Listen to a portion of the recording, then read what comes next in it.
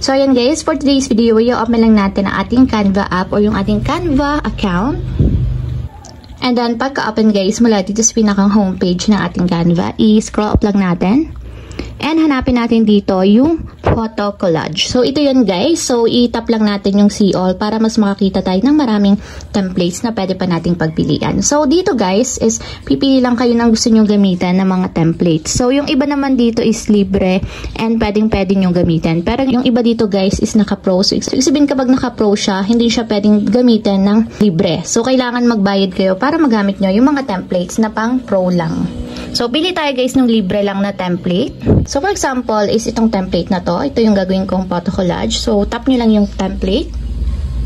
And ayan guys, para mapalitan or ma-replace natin ng mga sarili nating photos yung nandito, ang gagawin nyo lang is i-tap nyo yung specific photo na gusto nyong palitan. So, kung makikita nyo guys, naka-enable siya or may purple sa kanyang tabi. So, ibig sabihin yan, pwede nating i-edit or palitan yung photo na yan. So, itatap nyo lang guys yung replace na nandito sa baba. And pili kayo ng photo or picture na gusto niyo ipalit dun sa tinap natin. So, for example, is ito na lang. So, ayan guys, kung makikita nyo, napalitan na yung photo. So, papalitan din natin yung isa. Tap nyo lang, and then tap replace. So, pili ulit kayo ng photo.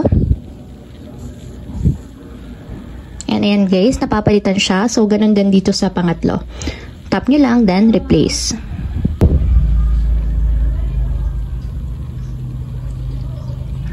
So, ayan guys, kung makikita nyo, napalitan na yung mga photo na pinili ko dito. So, ganun lang kasimple guys kung paano ba mag-edit or gumawa ng collage dito sa Canva. So, para naman ma-save, tap nyo lang yung save button nandito sa upper right corner. And kapag ganyan na guys, nagpe-prepare na siya para ma-save sa ating mobile phone. And automatic yan, madadiretso siya sa ating phone gallery. So, dun nyo na lang siya i-check guys kasi dun siya magsisave. So, ayun lang guys, ganun lang kasimple kung paano nga ba gumawa ng photo collage sa ating Canva app. If you have a question,